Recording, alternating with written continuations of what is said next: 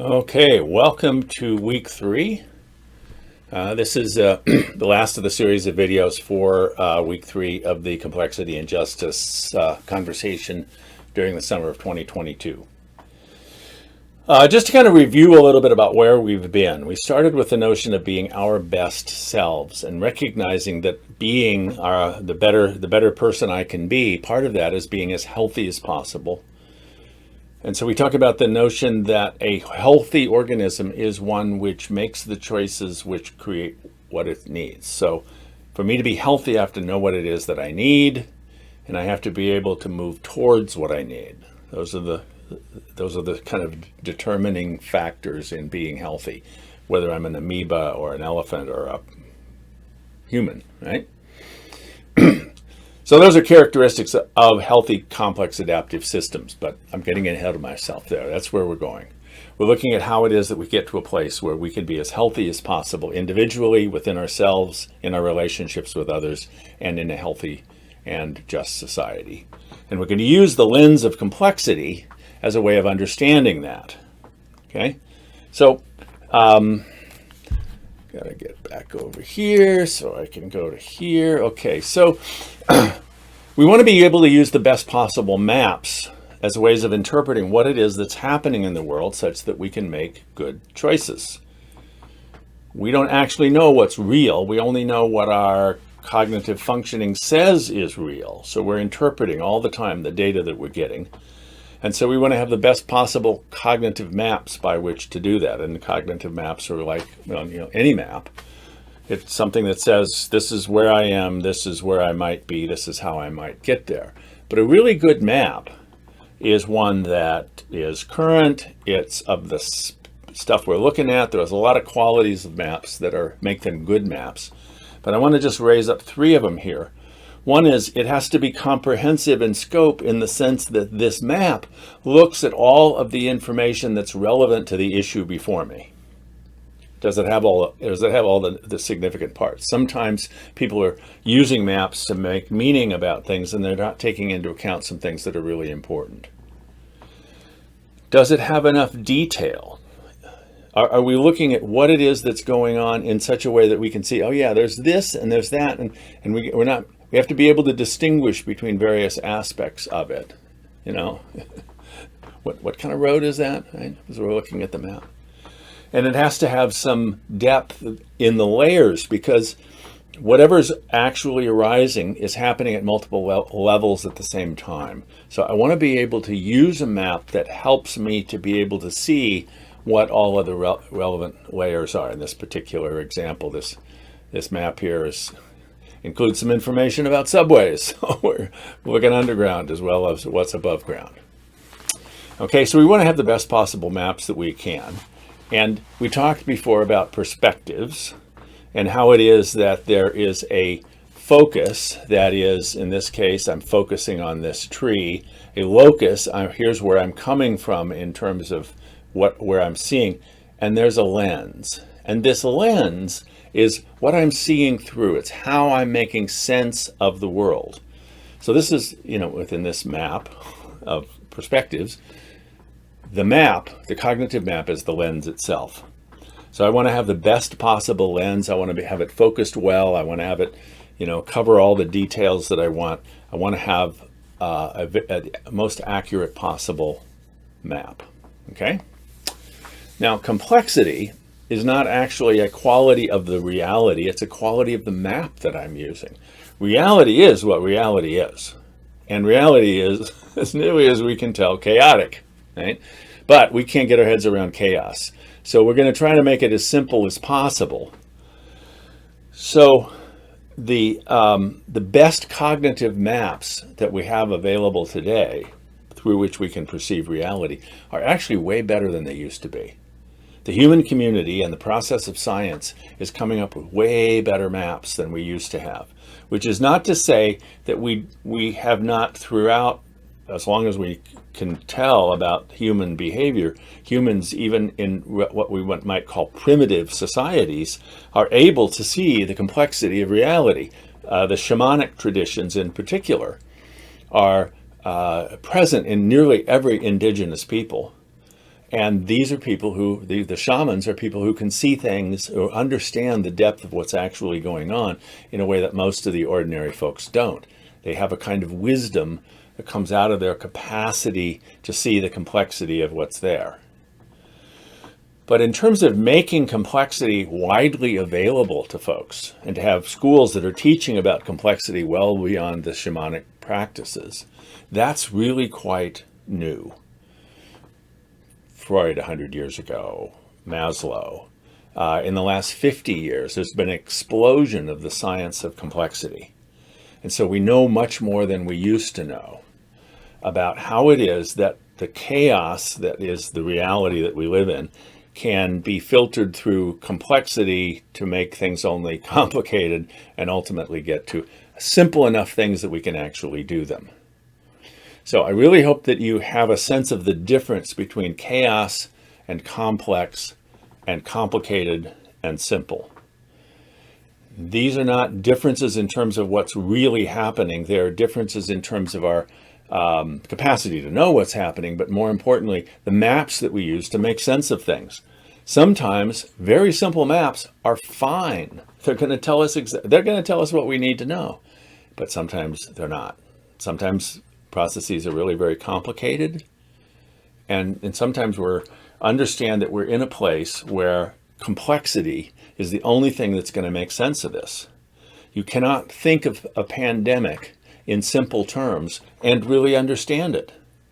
And so part of the chaos of the last few years has been people have been looking at COVID and trying to have a simple, common sense understanding of it, when the behavior of viruses is incredibly complex.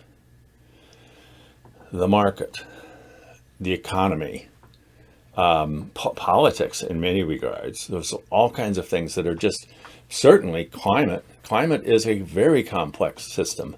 And if you conflate climate with weather, which are, they're kind of related to each other, but they're really not the same thing. But if you think they're the same thing, then you're not going to be able to understand why it is that climate change is happening, and to see that tiny little changes in how much carbon dioxide there is in the atmosphere has this huge impact. We can't make sense of that without complexity. Okay? So there are some folks in the world now, and particularly two different institutes within the U.S., one in New England, and this is a statement from the Santa Fe Institute in Santa Fe, New Mexico, which is a kind of school study group. It's a bunch of folks, scientists, who get together to talk about and to share ideas about the nature of complexity. And this is from their website, and I want to just sort of tease apart this statement because it says a lot in a few words. Complexity arises in any system. Now they say it arises. We become aware of the complexity of it. The system is already what it is. But it arises in any system in which many agents interact and adapt to one another and their environments. Whenever there are many kinds of factors that interact with you, it's multiple, they're impacting each other in different ways so that the system keeps changing. It's a dynamic system, right? That's a characteristic of a complex system, right? Examples of these systems include the nervous system, the internet, ecosystems, economies, cities, and civilizations. These are all complex systems.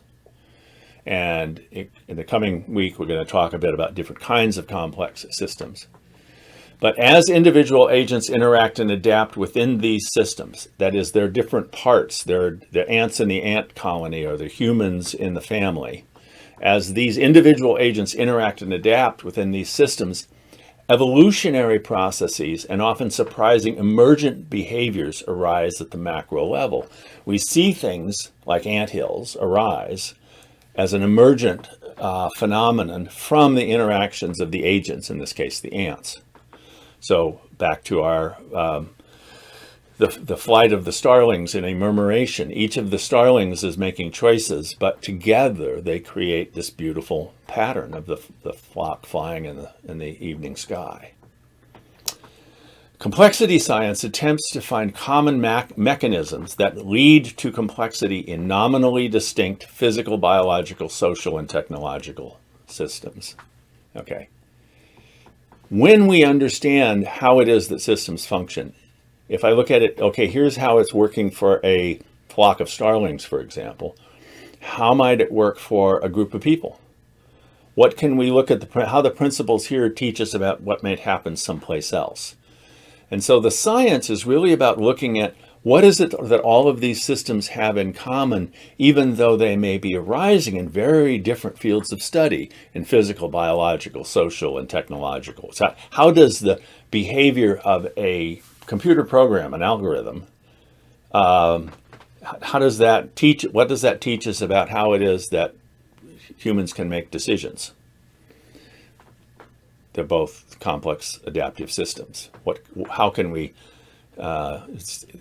Mathematics is an example of a kind of language that talks about the ways in which all these systems are the same. All systems obey the laws of mathematics. That's what mathematics is there for. And so one of the very interesting things we can do when we know, for example, the math of something, we may look at a system and we say, okay, how do we map mathematically what we see? We're going to create a mathematics to explain the behavior of this system. And now that we have this math, we're going to go look, is this happening over here? Is this the same thing? And very often what we discover is that the way of thinking about how systems are help us see something in a system that we didn't see before. It was there, of course, but we didn't see it until we had learned the language of this particular understanding of complexity, and we could apply it to that system. All right. So a system is a kind of map. So we are deciding what is a system. We're defining it as we form this cognitive map. And so when we see a set of similar things interacting with each other, we can say, oh, well, that must be a system. That guy's pointing here to a subway system. We can look at a family as a system. We can look at all kinds of things as systems, and we observe how it is that they interact with each other. What we're doing is we're constructing a cognitive map that is a system. Right? The science of complexity asserts that all systems have certain common features. We look for those features, and as we do so, we can enhance our ability to use the map of the system to better allow us to relate to what is real. It's a very interesting process by which Albert Einstein figured out the laws of relativity, right? They were thought experiments. He wasn't dealing with the real world. He was just thinking it through. And he said, okay, well, if this is true, then this is true, then this must be true. And then he, and to the most part, other people began to create experiments to try and verify whether, in fact, his thought experiments did predict what is reality. And to a huge degree, he was spot on, which is why people see him as a genius, right?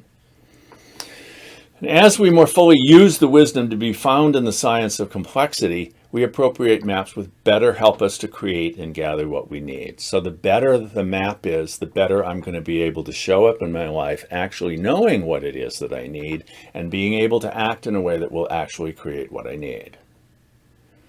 All right. Now, these are the Cabreras, Laura and Derek Cabrera from Cornell University, and they think it's really important that we learn to think this way. There are lots of people like them, but they have a particularly robust process called systems thinking made simple, which asserts that there are certain things, if you learn these particular concepts, these aspects of complexity thinking, you're going to be able to begin to use it. And they're actually using this and teaching like grade school kids. And they have found, or what they believe is there are four primary things that we need to be able to use as aspects of our cognitive maps in order to be able to think in complex terms. And one of those is the capacity to make a distinction. Now, when I'm talking about a distinction, and I think I'm defining it slightly differently than they do, but the basic idea is to be able to know that this is not that.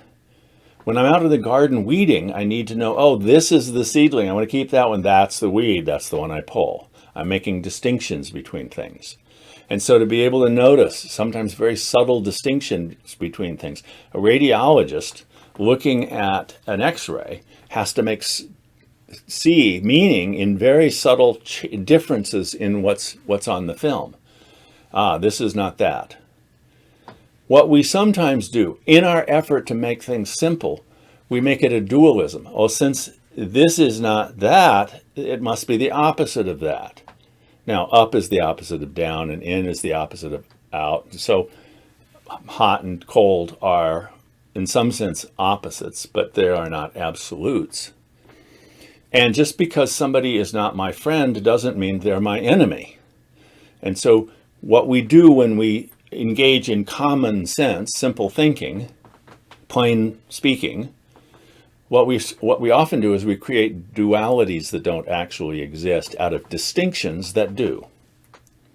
So that's one of the things, one of the thought errors, cognitive distortions that we want to be watching for. So DSRP, systems, the Cabrera's model is DSRP. Systems is what we've been just talking about in terms of creating a set of things and looking at how it is that they relate to each other. But there are different kinds of systems. And as I said, we're going to move into talking about this next week. Certain physical systems and adaptive systems. And one of the characteristics of complex adaptive systems, and even to some degree physical systems, is that they can be self-organizing. That is, they create the structure of how they will relate to each other in such a way that they're creating things that are novel. Relationships. Part of what we have come to understand is that objects don't actually exist outside of being in a relationship.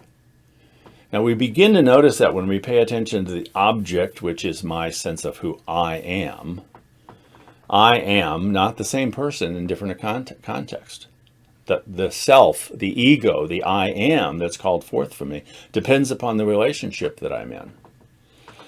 And when we get down to the quantum level and we're looking at quantum phenomena, one of the things that we discover, and this is some of the weird stuff that goes on in quantum mechanics, is that there are certain qualities that do not exist for a particle or for a phenomenon. This phenomenon has certain potential qualities. It doesn't have the quality until we look at it, until we measure it.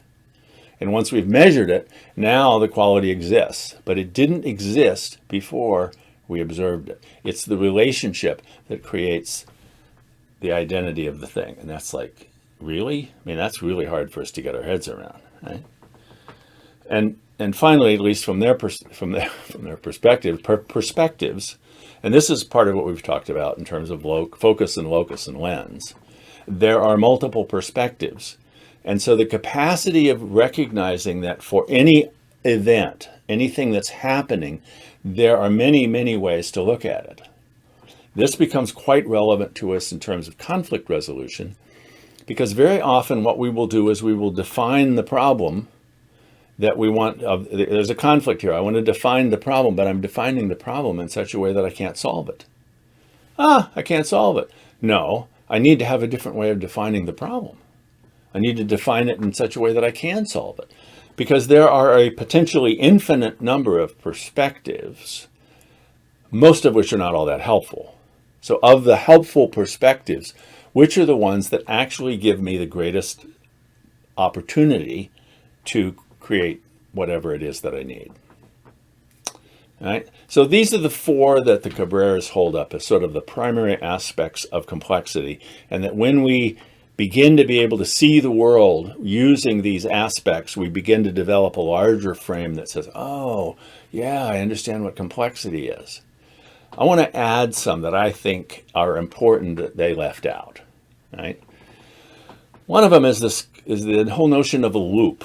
If you've ever programmed a computer, you know what algorithmic loops are. But they're feedback loops. You know, when you get the mic in front of the speaker, it says, there's that kind of feedback loop that happens. But a loop is basically something that appears in a dynamic system, and we're going to talk about this next week too. But it appears as a kind of semi-stable phenomenon. So we can be creating a conversation, and I speak, and then you speak, and then I speak, and what I'm saying responds to what you just said, and then you just, and so what we're doing is we're creating a loop, which is the conversation. We can create families, we can create institutions, we can create nations, we can create even physical objects. If you look down at the subatomic level, what you discover is there's no there. What there is the phenomenon of an object, but there's no substance, or depending upon how you look at it, very little substance. I mean, when you get right down to it, it's the energetic interaction of various fields, but I won't go down that rabbit hole for the moment. But loops give feedback. They're iterative loops. That is, the same thing keeps happening, and so we can expect, oh, this keeps happening, so it's going to keep happening. And there's this phenomenon we call strange loops, and we're about a month away from talking about them, but I just want to kind of hold those up for you. There's this thing called a strange loop, which, as it turns out, is not all that strange. We just don't recognize it very often. There are also attractors.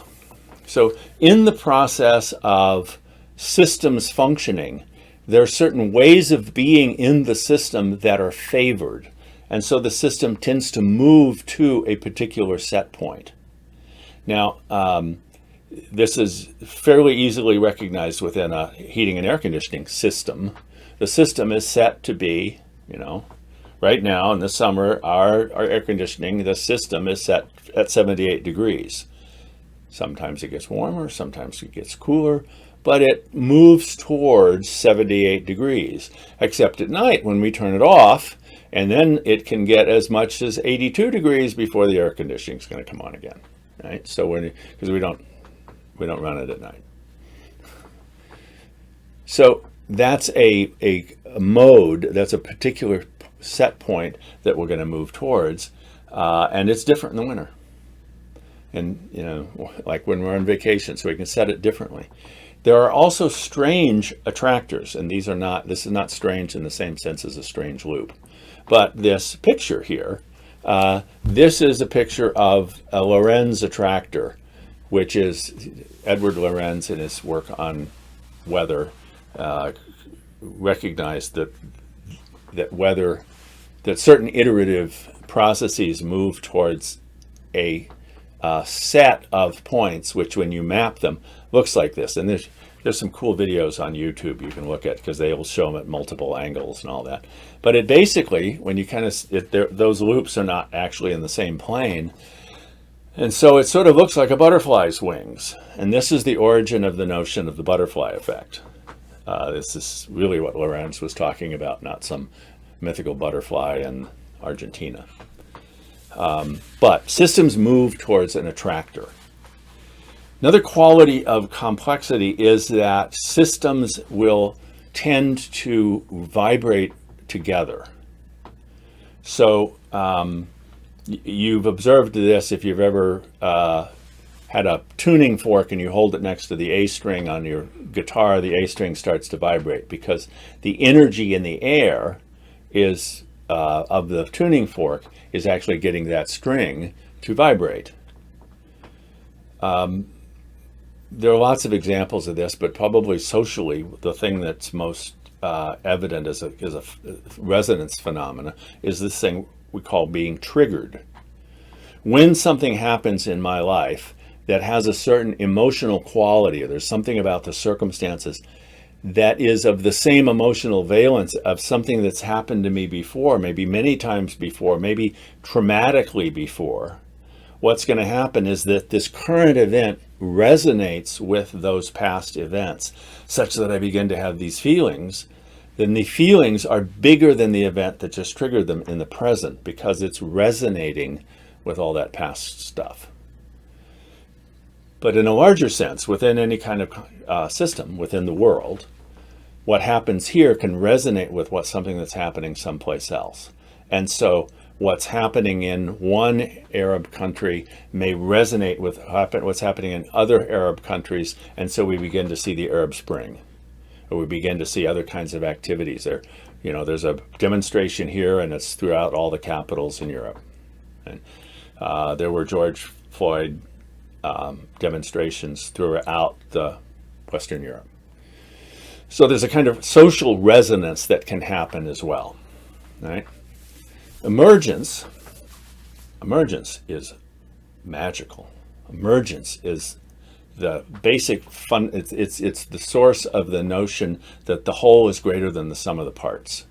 When you have the right things together, there's something new that's going to arise. And this is another issue. This is one we're going to come back and spend some time with, because emergence is essentially the scientific name for the law of three of George Gurdjieff. So we're going to begin to see how spirituality and science resonate with each other. They're talking about the same thing, even though they may be using different language to talk about it.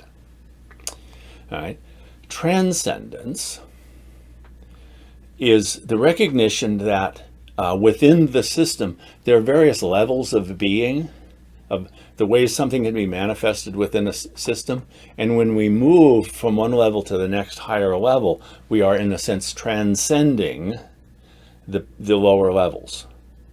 And so there's this possible for a transformation that is a transcendence.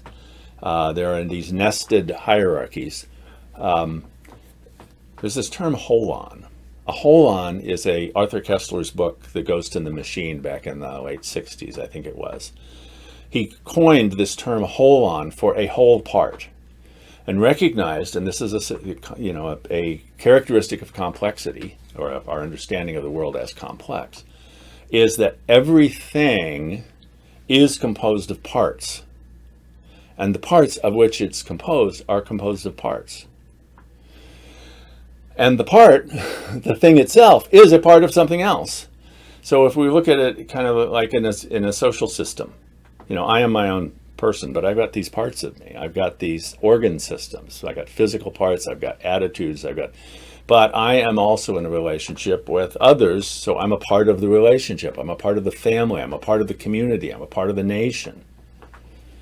So everything exists in a kind of nested hierarchy, from many simpler parts to a few more